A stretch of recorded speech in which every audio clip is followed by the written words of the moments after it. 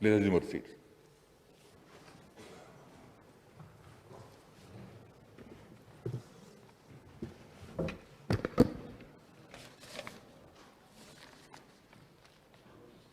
గౌరవ సభ్యులకు హృదయపూర్వ నమస్కారాలు. కోవిడ్ నిబంధనల్ని ఖచ్చితంగా పాటించవలసిందిగా విజ్ఞప్తి.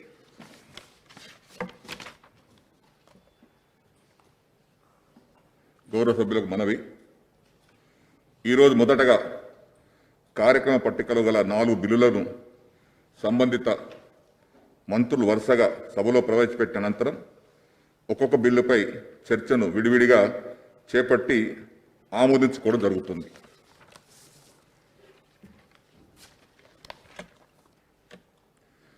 Now request the Minister for Legislative Affairs on behalf of Chief Minister to introduce the Indian Stamp Telangana Amendment Bill 2020. Speaker sir, on behalf of Chief Minister, I beg to move for leave to introduce the Indian Stamp Telangana Amendment Bill 2020. The bill is introduced. I request the Minister for Legislative Affairs on behalf of Chief Minister to introduce the Telangana Agricultural Land Conversion for Non-Agricultural Purposes Amendment Bill 2020. Speaker sir, on behalf of Chief Minister, I beg to move for leave to introduce the Telangana Agricultural Land Conversion for Non-Agricultural Purposes Amendment Bill 2020. The bill is introduced. Now I request the Minister for Municipal Administration and Urban Development to introduce the Greater Hyderabad Municipal Corporation Amendment Bill 2020. Speaker sir, I beg to move for leave to introduce the Greater Hyderabad Municipal Corporation Amendment Bill 2020. The bill is introduced. Now I request the Minister for Law to introduce the Code of Criminal Procedure Telangana Amendment Bill 2020. Speaker sir, I beg to move for leave to introduce the Code of Criminal Procedure Telangana Amendment Bill 2020. The bill is introduced. Now I request the Minister for Legislative Affairs to move the motion for suspension of rules for all the 4 bills for consideration and passing. Speaker sir, on behalf of Honorable Chief Minister, Minister for Municipal Administration and Urban Development, and Minister for Law and Justice, I beg to move that Rule 97, 98 and second proviso to 99 of Rules of Procedure and Conduct of Business in Telangana Legislative Assembly may be suspended under Rule 358 of the said rules for the time being in its application to the Indian Stamp Telangana Amendment Bill 2020, the Telangana Agricultural Land Conversion for Non-Agricultural Purposes Amendment Bill 2020, the Greater Hyderabad Municipal Corporation Amendment Bill 2020, and the Code of Criminal Procedure Telangana Amendment Bill 2020. Listed in the agenda for today, the 13th October 2020, for its consideration and passing. Motion moved. The question is that Rules 97, 98 and second proviso to 99 of Rules of Procedure and Conduct of Business in Telangana Legislative Assembly may be suspended under Rule 358 of the said rules for the time being in its application to Stamp Telangana 2020. Number 2, the Telangana for Non-Agricultural Purposes Amendment Bill 2020, the Greater Hyderabad Municipal Corporation Amendment Bill 2020, and the Code of Criminal Procedure Telangana Amendment Bill 2020. Listed in the agenda for today, the 13th October 2020, for its consideration and passing. Those who are for the motion, please say yes. Those who are against, please say no. Yes, have it, yes, have it.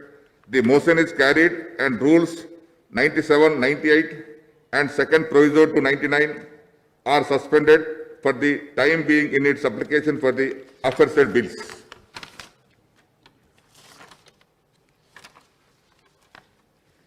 Now, the consideration discussion and passing of all the 4 bills. Now request the Minister for Municipal Administration and Urban Development to move the motion for taking into consideration of the Greater Hyderabad Municipal Corporation Amendment Bill 2020. Speaker, sir, I beg to move for taking into consideration the Greater Hyderabad Municipal Corporation Amendment Bill 2020. Motion moved.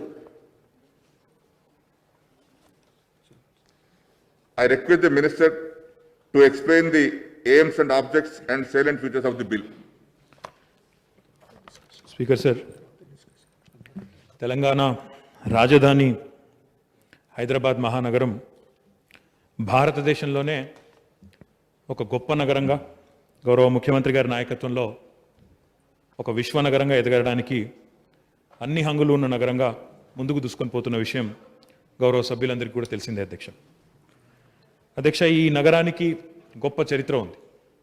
429 సంవత్సరాల కిందట ఏర్పడ్డ ఒక నగరం ఒక మామూలు పట్టణంగా మొదలైన ప్రస్థానం ఈరోజు ఒక మహానగరంగా, భవిష్యత్తులో ఒక విశ్వనగరంగా ఎదగడానికి నగరం శరవేగంగా అభివృద్ధి చెందుతూ ముందుకు పోతా ఉంది అధ్యక్ష. అధ్యక్ష, 429 సంవత్సరాల కిందట బీజం పడ్డప్పటికీ ఆనాడు 1869లో హైదరాబాద్ మున్సిపాలిటీగా ఏర్పడింది అధ్యక్ష. 1869లో మున్సిపాలిటీగా ఏర్పడ్డ తర్వాత 1933లో చాదర్ఘాట్ అనే ఇంకో మున్సిపాలిటీ ఏర్పడింది. 37లో జూబ్లీ హిల్స్ ఒక మున్సిపాలిటీగా ఏర్పడింది. తర్వాత 1945లో సికింద్రాబాద్ ఒక మున్సిపాలిటీగా ఏర్పడింది. అంటే ఇవన్నీ కూడా స్వాతంత్రం రాకపూర్వమే హైదరాబాద్ స్టేట్లోనే ఈ 4 పట్టణాలు కూడా మున్సిపాలిటీలుగా ఆనాడు Hyderabad municipality, Chadarghat municipality, Jubilee Hills municipality, Secunderabad municipality పేరు మీద 1945 నాటికే భారతదేశానికి స్వాతంత్రం వచ్చే పూర్వమే 4 మున్సిపాలిటీగా ఉండేది అధ్యక్ష. తర్వాత స్వాతంత్రం వచ్చిన తర్వాత హైదరాబాద్ స్టేట్ ఒక ప్రత్యేక రాష్ట్రంగా 1948 నుంచి 56 వరకు 8 ఏళ్ల పాటు ఉన్న విషయం మనందరికీ కూడా తెలిసిందే అధ్యక్ష. ఆనాడే హైదరాబాద్ సెపరేట్ స్టేట్గా ఉన్నప్పుడే, ఇంకా యునైటెడ్ ఆంధ్రప్రదేశ్ అంటే ఉమ్మడి ఆంధ్రప్రదేశ్ అనే రాష్ట్రం ఏర్పడక ముందే 1955లోనే హైదరాబాద్ మున్సిపల్ కార్పొరేషన్ ఏర్పడింది అధ్యక్ష. హైదరాబాద్ సంస్థానంలోనే, హైదరాబాద్ ప్రత్యేక రాష్ట్రంలోనే ఆనాడు హైదరాబాద్ మున్సిపల్ కార్పొరేషన్ 1955లో ఏర్పడింది. ఏర్పడమే ఒక యాక్ట్ కింద, హెచ్ఎంసీ అనే యాక్ట్ కింద, హైదరాబాద్ మున్సిపల్ కార్పొరేషన్ అనే యాక్ట్ కింద ఆనాడు కార్పొరేషన్ ఏర్పాటు చేయడం జరిగింది అధ్యక్ష. ఆనాడు ఉమ్మడి ఆంధ్రప్రదేశ్ ఏర్పడక ముందు ఏదైతే యాక్ట్ మనం తెచ్చుకున్నాం అధ్యక్ష, అప్పటి నుండి ఇప్పటి వరకు మరి చాలా ప్రభుత్వాలు మారినాయి అధ్యక్ష. అప్పటి నుండి ఇప్పటి వరకు 75 సంవత్సరాల్లో తెలుగుదేశం ప్రభుత్వాలు వచ్చినాయి, కాంగ్రెస్ ప్రభుత్వాలు వచ్చినాయి, రాష్ట్రంలో ఎంతోమంది ప్రముఖులు పరిపాలన చేసినారు. కానీ హైదరాబాద్ని ఒక విశ్వనగరంగా, ఒక సమున్నతమైన స్థాయిలో ప్రజల ఆత్మగౌరవానికి ప్రతీకగా నిలపాలనే ఆలోచన కానీ, దానికి తగ్గ విధంగా మరి ఒక కొత్త చట్టం తీసుకురావాలన్న ఆలోచన కానీ ఏనాడు చేయలేదు అధ్యక్ష. కానీ మన ప్రభుత్వం ఆ ప్రయత్నం చేస్తూ ఉంది అధ్యక్ష. దానికి సంబంధించి ఇప్పటికే కొంత ప్రక్రియ కూడా చేసినాం అధ్యక్ష. కానీ ఈరోజు తెస్తున్న ఈ సవరణలు ఏవైతే ఉన్నాయో, మరి ఒక ముఖ్యమైన 5 సవరణలు ఈరోజు మనం జిహెచ్ఎంసీ యాక్ట్కు తీసుకొని వస్తూ ఉన్నాం అధ్యక్ష. అందులో ప్రధానమైనది మొట్టమొదటి అధ్యక్ష, గౌరవ ముఖ్యమంత్రి గారి నాయకత్వంలో 2015వ సంవత్సరంలోనే ఒక ఎగ్జిక్యూటివ్ ఆర్డర్ ద్వారా, ఒక జీవో ద్వారా ఆనాడు హైదరాబాద్ మహానగరంలో కార్పొరేషన్లకు ఎన్నికలు జరిగినప్పుడు, కార్పొరేషన్ ఎన్నికలు జిహెచ్ఎంసీ ఎన్నికలు జరిగినప్పుడు 50% స్థానాలు, అంటే 150 స్థానాలు ఉంటే అందులో 50% స్థానాలను మహిళలకే గవర్నమెంట్ ఆర్డర్ ద్వారా ఆనాడు గౌరవ ముఖ్యమంత్రి గారి నాయకత్వంలో ఆమోదించుకున్నాం అధ్యక్ష. ఈరోజు గవర్నమెంట్ ఆర్డర్ ద్వారా కాదు, చట్టం ద్వారానే సవరణ చేసి చట్టంలోనే పొందుపరిచి భవిష్యత్తులో కూడా మహిళా సాధికారతకు పెద్దపీట వేయాలనే ఉద్దేశంతో ఒక ముఖ్యమైన సవరణను కూడా తీసుకొని వస్తా ఉన్నాం అధ్యక్ష. ఇక్కడ టీఆర్ఎస్ పార్టీ చిత్తశుద్ధి కూడా మేము చెప్పాలి అధ్యక్ష. 50% మహిళా రిజర్వేషన్ ఆనాడు చేసినప్పటికీ, 75 సీట్లకే అవకాశం ఉన్నప్పటికీ ఇంకొక 4 సీట్లు ఎక్కువగా ఇచ్చి 79 స్థానాల్లో మహిళలను గెలిపించిన ఘనత కూడా టీఆర్ఎస్ ప్రభుత్వానికి దక్కిందన్నమాట కూడా ఈ సందర్భంగా నేను తెలియజేస్తా ఉన్నాను అధ్యక్ష. ఈరోజు ఇది ఒక అతి ముఖ్యమైన సవరణ. ఎందుకంటే నిన్నగాక మొన్ననే కేంద్ర ప్రభుత్వం కూడా మన అభిప్రాయం అడిగింది అధ్యక్ష. అన్ని చట్టసభల్లో కూడా, అన్ని స్థానిక ప్రభుత్వాల్లో, స్థానిక సంస్థల్లో కూడా 50% రిజర్వేషన్ మహిళలకు చేసినట్టయితే బాగుంటుందా? ఎందుకంటే ఆర్టికల్ 243T ప్రకారం, రాజ్యాంగంలోని ఆర్టికల్ 243 ప్రకారం అట్లీస్ట్ 1/3 ఉండాలని పేర్కొన్నారు అధ్యక్ష. స్థానిక ప్రభుత్వాల్లో మహిళలకు 3వ వంతు అట్లీస్ట్ ఉండాలని అడిగినారు. కానీ 50% మొట్టమొదటిసారిగా 50% రిజర్వేషన్ను ఇటు పంచాయతీరాజ్ చట్టంలో అటు మున్సిపల్ చట్టంలో ఈరోజు ఈ బిల్లు ఆమోదం పొందిన తర్వాత జిహెచ్ఎంసీ చట్టంలో కూడా ఏర్పాటు చేసిన మొట్టమొదటి రాష్ట్ర ప్రభుత్వంగా తెలంగాణ ప్రభుత్వం మొత్తం భారతదేశంలోనే ఈ విషయంలో మహిళా సాధికారత విషయంలో ముందు ఉన్నదని చెప్పి కూడా ఈ సందర్భంగా గౌరవ సభ్యులకు నేను తెలియజేస్తా ఉన్నాను అధ్యక్ష. ఇది మొదటి సవరణ. రెండవది గౌరవ ముఖ్యమంత్రి గారి నాయకత్వంలో నిన్నగాక మొన్న కేంద్ర ప్రభుత్వం కూడా ఒక నివేదిక విడుదల చేసింది అధ్యక్ష. అక్కడి ఫారెస్ట్ రీసెర్చ్ ఇన్స్టిట్యూట్ వారు ఒక రిపోర్ట్ విడుదల చేస్తూ తెలంగాణలో 5 నుంచి 6% గ్రీన్ కవర్ పెరిగింది హరితహారం కార్యక్రమం ద్వారా అని చెప్పేసి ఒక బ్రహ్మాండమైన నివేదిక కూడా వారు విడుదల చేయడం జరిగింది అధ్యక్ష. పల్లె ప్రాంతాల్లో చిన్న పట్టణాల్లో బ్రహ్మాండంగా ఈరోజు గౌరవ ముఖ్యమంత్రి గారు ఏదైతే కొత్త పురపాలక చట్టం కొత్త పంచాయతీరాజ్ చట్టం తెచ్చినారో అందులో పెట్టిన ఒక నిబంధన వల్ల 10% బడ్జెట్ను ఖచ్చితంగా గ్రీన్ కవర్కి పెట్టాలి, హరిత ప్రణాళికలు ఏర్పాటు చేసుకోవాలి, హరిత వనాలను పెంచాలి, పచ్చదనాన్ని పెంచాలి అనే గౌరవ ముఖ్యమంత్రి గారి లక్ష్యం ఏదైతే ఉందో దానికి అనుగుణంగా పురపాలక చట్టంలో అదే రకంగా పంచాయతీరాజ్ చట్టంలో కూడా మనం ఇప్పటికే మార్పు తెచ్చుకున్నాం అధ్యక్ష. దీనిలో గొప్పతనం ఏంటంటే 10% బడ్జెట్ నర్సరీలు పెంచేదానికి కానీ మొక్కలు పెంచేదానికి కానీ అదే రకంగా అక్కడ వాటికి నీళ్లు పోసేదానికి కానీ వీటికి చేసుకోవడంతో పాటుగా జవాబుదారీతనం కూడా మన గెలిచిన గౌరవ ప్రజాప్రతినిధులు ఎవరైతే ఉంటారో వారికి జవాబుదారీతనాన్ని తీసుకొని రావడం, అదే రకంగా అఫీషియల్స్ అధికారులు కూడా ఎవరైతే ఉంటారో వారిలో కూడా జవాబుదారీతనాన్ని తీసుకురావడానికి 10% గ్రీన్ బడ్జెట్ మాత్రమే కాకుండా 85% మనం పెట్టిన మొక్కలు 85% ఖచ్చితంగా బతకాలి, సర్వైవ్ కావాలి. వాటి బాధ్యత వాటి పరిరక్షణ కూడా ఆ అధికారులు గౌరవ ప్రజాప్రతినిధి గారే తీసుకోవాలి, జవాబుదారీతనంతో వ్యవహారం చేయాలనే ఒక నిబంధన పెట్టడం వల్ల ఈరోజు కాంక్రీట్ జంగల్గా మారిపోతుంటే దేశం మొత్తంలో పట్టణాలు, తెలంగాణలోని పట్టణాలు మాత్రం ఈరోజు హరిత పట్టణాలుగా మారే ఒక అద్భుతమైన ప్రణాళిక కూడా గౌరవ ముఖ్యమంత్రి గారు ఏదైతే తీసుకున్నారో దానిని ఈ జిహెచ్ఎంసీ యాక్ట్లో కూడా సవరణ ద్వారా చట్ట సవరణ ద్వారా తీసుకొని వస్తా ఉన్నాం అధ్యక్ష. దీనివల్ల చాలా కార్యక్రమాలు గతంలో మీరు చూసినట్టయితే జిహెచ్ఎంసీలో యావరేజ్గా 2.5% బడ్జెట్ మాత్రమే గ్రీన్ బడ్జెట్కి పెట్టేది అధ్యక్ష. ఈరోజు ఈ 2.5% నుంచి ఈ చట్ట సవరణ వల్ల కాంక్రీట్ జంగల్గా మారిపోతున్న హైదరాబాద్ను ఒక బ్రహ్మాండంగా హరితవనంగా హరిత పట్టణంగా మార్చేదానికి ఒక అవకాశం వస్తుంది. 2.5% నుండి 10% మేరకు చట్టం ద్వారా మరి ఒక మ్యాండేట్ చేయడం ద్వారా బాగా హరిత వనాలను పెంచొచ్చు, హరితాన్ని పెంచొచ్చు అనే ఉద్దేశంతో ఈ సవరణ కూడా తీసుకొని వస్తా ఉన్నాం అధ్యక్ష. దాంతో పాటుగా పార్టిసిపేటరీ డెమోక్రసీ అంటారు అధ్యక్ష. ప్రజల భాగస్వామ్యంతో పురపాలన అన్న పదంలోనే పౌరుల భాగస్వామ్యంతో కూడిన పాలన అనే ఒక అర్థం స్ఫురిస్తుంది అధ్యక్ష. దానికి అర్థవంతమైన లాజికల్ పద్ధతిలో ముందుకు పోవాలంటే చట్టంలో కూడా దానికి వెసులుబాటు ఉండాలన్న ఉద్దేశంతో డీసెంట్రలైజ్ చేస్తూ డెమోక్రటైజ్ చేస్తూ బ్రహ్మాండంగా ప్రజల్ని భాగస్వామ్యం చేస్తూ వార్డు కమిటీలు కూడా మరి ఏదైతే మున్సిపల్ చట్టంలో తీసుకొచ్చామో అధ్యక్ష జిహెచ్ఎంసీ చట్టంలో కూడా తీసుకొని రాబోతా ఉన్నాం. 4 రకాల వార్డు కమిటీస్ నియమించబోతా ఉన్నాం అధ్యక్ష. ఒక్కొక్క డివిజన్, హైదరాబాద్లో డివిజన్ అంటారు అధ్యక్ష, ఒక్కొక్క డివిజన్లో 4 కమిటీల చొప్పున, ఒక్కొక్క కమిటీలో 25 మంది చొప్పున, ఆ కమిటీలో కూడా ఖచ్చితంగా 50% మహిళలు ఉండే విధంగా ప్రతి కమిటీలో 4 కమిటీలు తీసుకొని రాబోతా ఉన్నాం అధ్యక్ష. యూత్ కమిటీ ఉంటుంది, సీనియర్ సిటిజన్స్ కమిటీ ఉంటుంది, మహిళా కమిటీ ఉంటుంది, వాటితో పాటు ఎమినెంట్ సిటిజన్ కమిటీ కూడా ఉంటుంది అధ్యక్ష. ఈ ప్రతి కమిటీలో 25 మంది ఉంటారు. మొత్తంగా చూస్తే డివిజన్కి 100 మంది, ఓవరాల్గా చూసుకున్నప్పుడు 150 డివిజన్లకు గాను ఒక 15,000 మంది సైన్యం, ఒక ప్రజా సైన్యాన్ని తయారు చేసి వారిని శక్తివంతమైన అస్త్రంగా రేపు గ్రీన్ కవర్ పెంచేదానికి కానీ, పారిశుద్ధ్యం విషయంలో కానీ, సాలిడ్ వేస్ట్ మేనేజ్మెంట్ కానీ, ఈ అనాథరైజ్డ్ కన్స్ట్రక్షన్స్ కానీ, ఎంక్రోచ్మెంట్స్ ఏవైతే జరుగుతూ ఉంటాయో పబ్లిక్ ప్రాపర్టీస్ సంబంధించి, లేఅవుట్ ఓపెన్ స్పేసెస్ సంబంధించి వాటిని నిరోధించే విషయంలో కానీ, ఈ ప్లాస్టిక్ని డిస్కరేజ్ చేసే విషయంలో కానీ, అదే మాదిరిగా క్రీడలను ప్రమోట్ చేసే విషయం కానీ, పార్కులను ప్రమోట్ చేసే విషయం కానీ, ఇవన్నింటికి సంబంధించి ఒక సైన్యాన్ని జిహెచ్ఎంసీకి ప్రజల రూపంలో ప్రజా సైన్యాన్ని అందించాలన్న ఉద్దేశంతో ఈ వార్డు కమిటీలను కూడా ప్రతిపాదిస్తూ ఉన్నాం అధ్యక్ష. ఇది పార్టిసిపేషన్, ప్రజల భాగస్వామ్యం పెంచేదానికి దోహదపడుతుందని చెప్పి ప్రభుత్వం విశ్వసిస్తుంది అధ్యక్ష. అందుకే ఈ సవరణ కూడా తీసుకొని వస్తూ ఉన్నాం. వీటితో పాటు అధ్యక్ష 4వది, మరి మనందరికీ కూడా తెలుసు అధ్యక్ష, ఇప్పుడు సెన్సస్ అనేది జనగణన అనేది ప్రతి 10 సంవత్సరాలకు ఒకసారి జరుగుతుంది అధ్యక్ష. కానీ మాటిమాటికి రిజర్వేషన్లు మార్చడం వల్ల, మాటిమాటికి వార్డు రిజర్వేషన్లు మార్చడం వల్ల ఆ ఎన్నికైన ప్రజాప్రతినిధికి ఒక జవాబుదారితనం ఉండడం లేదు, కంటిన్యూటీ ఉండడం లేదు, ఫోకస్ కూడా ఉండేదానికి ఆస్కారం లేదు. అందుకే తెలంగాణ పురపాలక చట్టంలో కానీ, తెలంగాణ పంచాయతీరాజ్ చట్టంలో కానీ మనం 2 టర్మ్లు రిజర్వేషన్ ఫిక్స్ చేస్తూ ఒక నిబంధన తీసుకుని వచ్చినాం అధ్యక్ష. అకౌంటబిలిటీ పెంచేదానికి, అదే రకంగా ఇంతకుముందు నేను చెప్పినట్టు ఇవన్నింటికి సంబంధించి కంటిన్యూటీ ఉండాలి, ఫోకస్ ఉండాలి, పని జరగాలి అనే ఉద్దేశంతో 2 టర్మ్లకు రిజర్వేషన్ ఫిక్స్ చేస్తూ ఒక చట్ట సవరణ తీసుకొచ్చాం. దాన్ని ఈరోజు జిహెచ్ఎంసీ యాక్ట్లో కూడా పొందుపరుస్తూ మరి ఈ సవరణను కూడా సభ ముందుకు తీసుకొని వచ్చినాం అధ్యక్ష. ఇక్కడ మిత్రులందరినీ నేను గమనించమని కోరేది, కేంద్ర ప్రభుత్వం చేసే జనగణన కూడా 10 ఏళ్లకోసారి జరుగుతుంది. కాబట్టి మనకు వచ్చే జనగణన 2020లో జరిగి మనకు ఫలితాలు వచ్చి 2023 నాటికి వచ్చేసరికి అప్పటి నుండి కొత్త సిస్టమ్ మళ్ళీ మనం 2 టర్మ్లకు ఫిక్స్ చేసుకొని 24లో జరిగే 25లో జరిగే ఆనాడు జరిగే జిహెచ్ఎంసీ ఎన్నికల నుంచి మనం 2 టర్మ్ల పాటు ఫిక్స్ చేసుకుంటాం. గతంలో 2015లో జరిగిన ఎన్నిక మొదటి టర్మ్గా పరిగణిస్తూ ఇప్పుడు జరిగే ఎన్నికను 2వ టర్మ్గా పరిగణిస్తూ ఈ 2 టర్మ్లకు కూడా రిజర్వేషన్ ప్రభుత్వం ఫిక్స్ చేయాలనే ఉద్దేశంతో ఈ సవరణ కూడా తెచ్చింది అధ్యక్ష.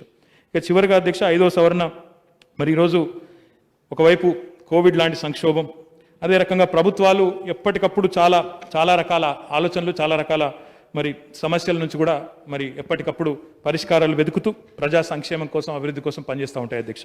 ముఖ్యంగా రాష్ట్ర ప్రభుత్వం యొక్క పాత్ర ఇందులో చాలా కీలకంగా ఉంటుంది. అందుకే ఒకవైపు ఈ కోవిడ్ సంక్షోభము, అదే రకంగా సర్వసాధారణంగా అప్పుడప్పుడు ఇప్పుడు వర్షాలు కూడా కుంభవృష్టిగా పడతా ఉన్నాయి అధ్యక్ష. అక్కడ వాయుగుండం వచ్చిందని చెప్తా ఉన్నారు. ఇట్లాంటి ఎన్నెన్నో పరిస్థితులు ఉత్పన్నమవుతూ ఉంటాయి. కాబట్టి ఎన్నికలు ఎప్పుడు నిర్వహించాలి అనే అంశం రాష్ట్ర ప్రభుత్వంతో సంప్రదించి రాష్ట్ర ప్రభుత్వం కంకరెన్స్ తీసుకొని మనం స్టేట్ ఎలక్షన్ కమిషన్ నిర్వహించాలనే ఒక సవరణ కూడా తీసుకొని వచ్చాము అధ్యక్ష. ఎందుకంటే ఇందులో చాలా అంశాలు ఇమిడి ఉంటాయి. లా అండ్ ఆర్డర్ కానీ, అవైలబిలిటీ ఆఫ్ స్టాఫ్ కానీ, అదే రకంగా ఇంతకుముందు నేను చెప్పినట్టు ప్రకృతి వైపరీత్యాలు కానీ, ఇవన్నింటినీ అధిగమించి బెటర్ ప్లానింగ్ చేసుకొని ముందుకు పోవాలంటే state election commission in concurrence with state government ఏ రకంగానైతే మున్సిపల్ చట్టంలో, ఏ రకంగానైతే పంచాయతీరాజ్ చట్టంలో మరి చేయాలని చెప్పామో ఎన్నికల నిర్వహణ అనేది, అదే రకంగా స్టేట్ ఎలక్షన్ కమిషన్ ఇక్కడ కూడా ప్రభుత్వంతో కంకరెంట్గా ఆలోచించి నిర్ణయం తీసుకోవాలని చెప్పి కూడా ఈ సవరణ పెట్టాము అధ్యక్ష. ఇవన్నీ కూడా చాలా సులువైన, చాలా స్ట్రైట్ ఫార్వర్డ్ సవరణలు అధ్యక్ష. కాబట్టి గౌరవ సభ్యుల్ని ఈ విషయంలో చర్చించి వీటిని ఆమోదించాలని చెప్పి మీ ద్వారా వారిని కోరుతా ఉన్నాను అధ్యక్ష. Now the discussion on the bill. Ahmad bin Abdullah Balala. Speaker साहब, मैं मेरी पार्टी की जानिब से जो म्यूनसिपल अमेंडमेंट के अंदर 4 अमेंडमेंट्स जो अमेंडमेंट्स लेकर आए हैं उस अमेंडमेंट्स का खैर मकदम करता हूं। हमारी पार्टी इस अमेंडमेंट्स को सपोर्ट करती है और साथ ही साथ जो ख़ास तौर के ऊपर मैं आपके ज़रिए मिनिस्टर साहब को ये कहना चाहूँगा कि जो आप एक कारपोरेटर डिवीज़न के अंदर 4 हिस्सों में उसको तकसीम कर 4 वार्ड मेंबर्स, वार्ड कमेटीज़ उसको बना रहे हैं, उसके अंदर उनके ऊपर अकाउंटेबिलिटी भी आप दिए हैं, उनको रिस्पॉन्सिबिलिटीज़ भी आप दिए हैं कि आप 80% ऑफ ग्रीनरी मेंटेन करना, जितने भी प्लांटेशन, स्ट्रीट लाइट्स मेंटेन करना, यहाँ तक के इलीगल कंस्ट्रक्शंस को भी वो लोग फॉलो अप करना। मैं अब आने वाले इंतखाबात है और ये बिल है जिसमें महिलाओं को 50% रिजर्वेशन जो गुज़िश्ता में जियो के ज़रिए किया गया था, अब आप इसको बिल लेकर आकर 50% ख़वातीन को इसके अंदर रिजर्वेशन दे रहे हैं। हम इसका खैर मकदम करते हैं, लेकिन मैं आपके ज़रिए मिनिस्टर साहब से कहूँगा कि मिनिस्टर साहब, हम कारपोरेटर्स और एमएलएस के टॉर्चर से तंग आ चुके हैं आम आवाम। आपको ज़रूरी है कि एक बार आप बीआरएस की स्कीम लेकर आइए ताकि वन टाइम इसका इशू, इसका ये इलीगल कंस्ट्रक्शंस और डिविएशंस का जो हाल है वो उसको एक सही रास्ता दिखा सके। आज जो भी लोग डिविएशन कर रहे हैं वो बल्दिया के अमले से ज्यादा कारपोरेटर्स और एमएलए से तंग आ चुके हैं, वो लोग ब्लैकमेल किए जा रहे हैं। मैं आपसे गुजारिश करता हूं कि आप एक बार बीआरएस स्कीम लेकर आकर इसको रेगुलराइज कराइए ताकि जितने भी बिल्डिंग्स जो बन रहे हैं वो आवाम जो बना रही है, जो लोग गरीब लोग जो बना लिए हैं उनको राहत मिले, आपके बिल्डिंग्स भी आपका स्ट्रीमलाइन हो जाते हैं। तो मैं आपके जरिए इस मौके का फायदा उठाते हुए कहूंगा कि आप एक फाइनल बीआरएस स्कीम लेकर आइए ताकि आवाम को इसका फायदा हो सके। और इसके अलावा जो भी आपने कहा है, जो अमेंडमेंट्स लेकर आए हैं, इसका हम खैर मकदम करते हैं। अगर आप इसको क़ब्ल वक्त ये अमेंडमेंट्स अगर से देते तो इससे और ज़्यादा हम इसके अंदर बात कर सकते थे। बहरहाल हम आपके इस अमेंडमेंट्स का खैर मकदम करते हैं। మాధవరం కృష్ణరావు గారు.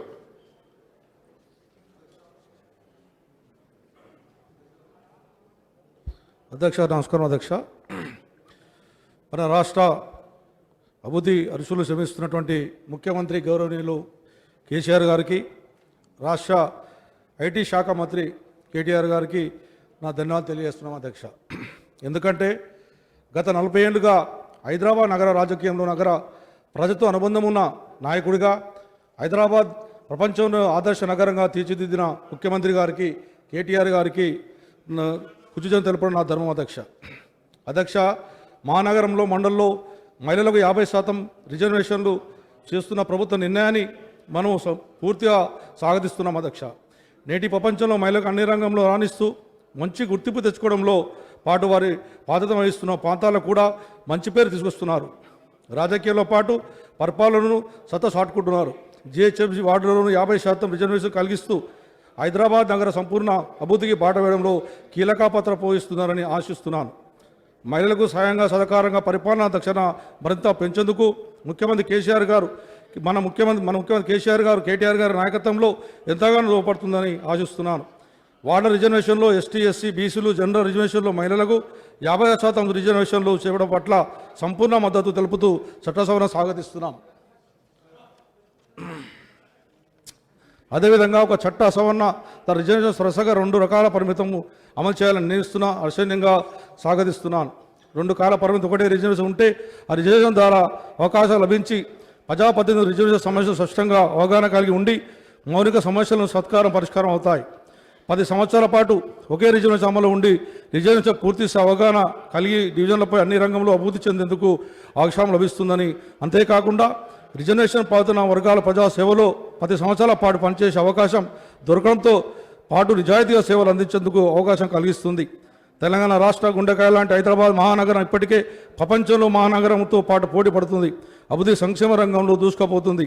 కొత్తగా ప్రవేశపెడుతున్న సమన్వయంలో నగరపాలకు మరింత ప్రభుత్వం లభిస్తుందని అలాంటి అనడం సందేశం లేదు. జిహెచ్ఎంసీ వార్డు కమిటీని మరింత బలోపేతం చేసేందుకు వార్డు సభ్యుల సంఖ్యను పెంచుతూ ప్రభుత్వం చేపట్టిన చట్టసభను స్వాగతిస్తున్నాను. వార్డులో నెలకొన్న సమస్యలను ఎప్పటికప్పుడు గుర్తించి పాలకులు అధికారుల దృష్టి తీసుకెళ్లడంతో వార్డు కీలక పాత్ర చేయవచ్చు.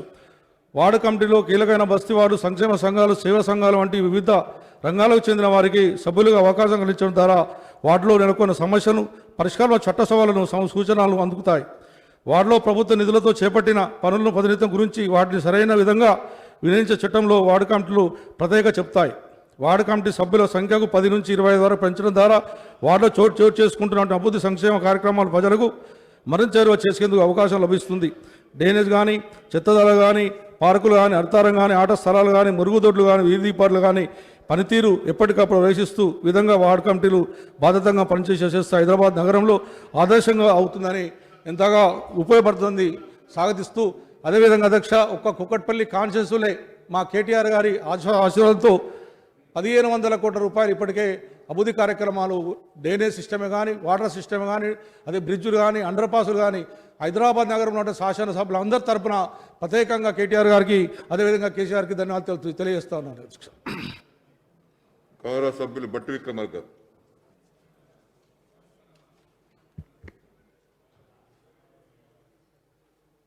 అధ్యక్ష, మాస్క్ పెట్టుకోండి. మాస్క్ పెట్టుకొని మాట్లాడుంటారు. Thank you.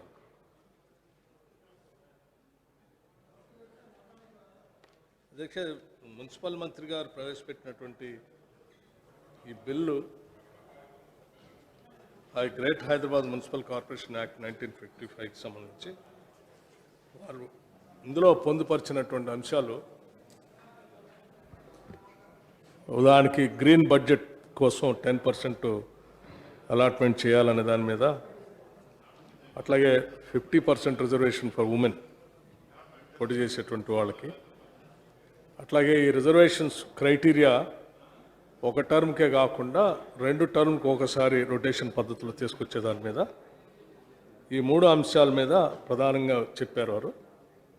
అట్లాగే ఈ 3 అంశాలకి మాకేమీ అభ్యంతరం లేదు, దీన్ని నేను పూర్తిగా స్వాగతిస్తూ ఉన్నాను కూడా. కాకపోతే కొన్ని కమిటీస్ కూడా చెప్పారు అధ్యక్ష వాళ్ళు.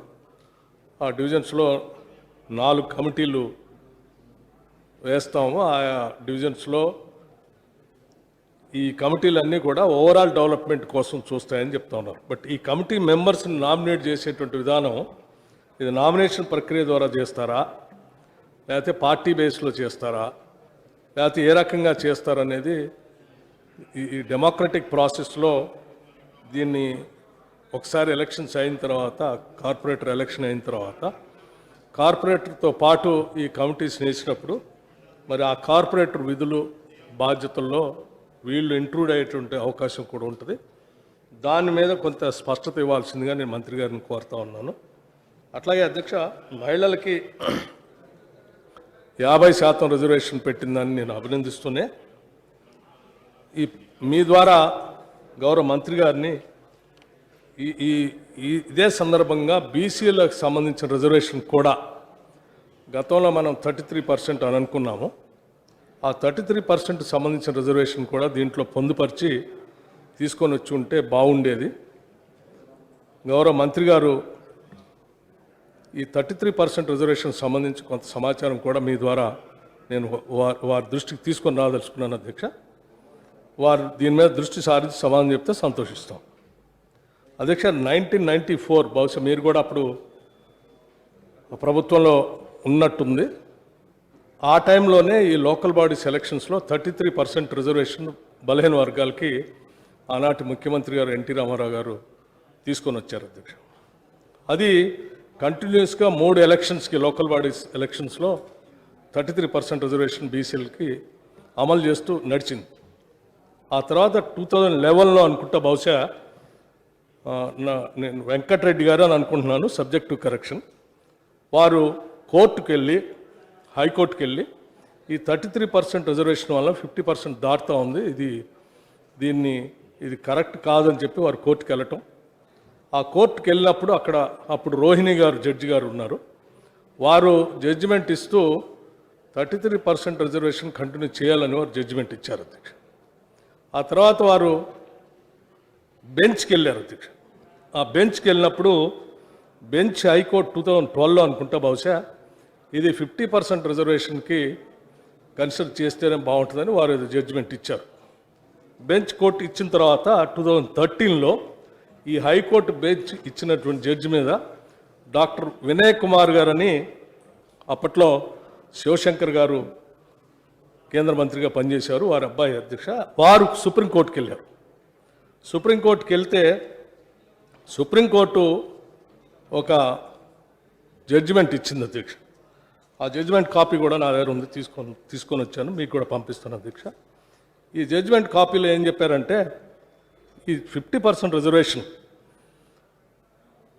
ఇచ్చేటప్పుడు దీనికి సంబంధించినటువంటి అంటే హైకోర్టు ఇచ్చినటువంటి ఆర్డర్ని 50% రిజర్వేషన్ ఉండాలనే దాన్ని స్టే చేసింది అధ్యక్ష సుప్రీంకోర్టు. ఆ స్టే చేసి పాతదాన్నే స్టేటస్ కో మెయింటైన్ చేయమని చెప్పింది. ఆ స్టేటస్ కో మెయింటైన్ చేయమని చెప్పినప్పుడు మన స్టేట్ గవర్నమెంట్ కూడా సుప్రీంకోర్టుకి వెళ్తే నారింగ్టన్ జడ్జి గారు ఉన్నారు అనుకుంటా అధ్యక్ష, వారు ఏమన్నారంటే ఆల్రెడీ ఈ కేసు సుప్రీంకోర్టులో ఒకటి పెండింగ్ ఉంది, ఇది పెండింగ్ ఉన్నప్పుడు మళ్ళీ మీరు ఎందుకు వచ్చారు అన్నప్పుడు మన స్టేట్ గవర్నమెంట్ నుంచి వెళ్ళినటువంటి కౌన్సిల్ వారు ఆ కేసును విత్డ్రా చేసుకొని వచ్చారు అధ్యక్ష. విత్డ్రా చేసుకొని వచ్చి 50% రిజర్వేషనే కన్ఫైన్ చేయమని చెప్పారు అని చెప్పి ఇక్కడ ఉన్నటువంటి ఆ 33% రిజర్వేషన్ని క్యాన్సిల్ చేస్తూ 50%కే ముందుకు పోతా ఉంది ప్రభుత్వం. వాస్తవంగా సుప్రీంకోర్టు ఇచ్చింది ఏంటంటే ఆ పాత 94లో ఆనాడు ఇచ్చినటువంటి ప్రభుత్వాన్ని ఇచ్చినటువంటి దాన్ని కంటిన్యూ చేస్తూ స్టేటస్ కో చేస్తూ హైకోర్టు మధ్యలో ఇచ్చిన దాన్ని స్టే చేస్తూ సుప్రీంకోర్టు ఆర్డర్ ఇచ్చింది అధ్యక్ష. ఆ case still it is there in the supreme court. నేనేమన్నా అంటే ఈ రాష్ట్ర ప్రభుత్వాన్ని నేనేం విజ్ఞప్తి చేస్తున్నానంటే ఆ సుప్రీంకోర్టులో ఉన్నటువంటి కేసుని మీరు పర్స్యూ చేసి పాపులేషన్ జనాభా దామాషా ప్రకారం రిజర్వేషన్ ఇవ్వటానికి, ఉదాహరణకి మనకి తమిళనాడులో జనాభా దామాషా లెక్కలు ఇస్తే 50% దాటేటట్టుగా 69% తమిళనాడులో రిజర్వేషన్ కల్పించారు అధ్యక్ష. అంటే మన రాష్ట్రం కూడా సమగ్ర సర్వే చేసి ఆ సమగ్ర సర్వే ప్రకారం ఈ రాష్ట్రంలో బీసీలు 52% ఉన్నాయని చెప్పి శాసనసభలోనే గౌరవ ముఖ్యమంత్రి గారు చెప్పడం జరిగింది. అంటే మనం దగ్గర ఉన్నటువంటి జనాభా లెక్కల్ని సుప్రీంకోర్టు కరెక్ట్గా సబ్మిట్ చేసి తీసుకొని వస్తే ఈ 33% రిజర్వేషన్ని సుప్రీంకోర్టు కూడా ఒప్పుకోవటానికి అనుకూలంగా ఉంది. కాబట్టి దాన్ని పరిశు చేసి ఈ 50% రిజర్వేషన్తో పాటు దాన్ని కూడా పరిశు చేసి దీంట్లో కంపల్సరీ బలహీన వర్గాలకి బీసీలకి 33% వచ్చేటట్టుగా కూడా చేయవలసిందిగా మీ ద్వారా రాష్ట్ర ప్రభుత్వాన్ని విజ్ఞప్తి చేస్తూ ఉన్నాను అధ్యక్ష. దీనికి సంబంధించినటువంటి కాగితాలు కూడా నేను మీకు పంపిస్తూ ఉన్నాను అధ్యక్ష. మీ ద్వారా రాష్ట్ర ప్రభుత్వాన్ని పంపించి న్యాయం చేయవలసిందిగా కోరుతూ నేను దీనికి సంబంధించి గౌరవ మంత్రి గారిని స్పష్టంగా ఈ 33% రిజర్వేషన్ సంబంధించి ఇది చేయకపోతే రాష్ట్రంలో గ్రేట్ హైదరాబాద్ మున్సిపల్ కార్పొరేషన్ అనేది చాలా పెద్దది అధ్యక్ష. ఇది మినీ రాష్ట్రం. సో దీంట్లో బలైన వర్గాలు వారి అవకాశాలు కోల్పోకుండా చూడవలసిందిగా మీ ద్వారా మంత్రి గారిని కోరుతూ దీంట్లో పొందువలసిందిగా కోరుతూ ముగిస్తా ఉన్నాను అధ్యక్ష. Thank you. వివేకానంద గారు.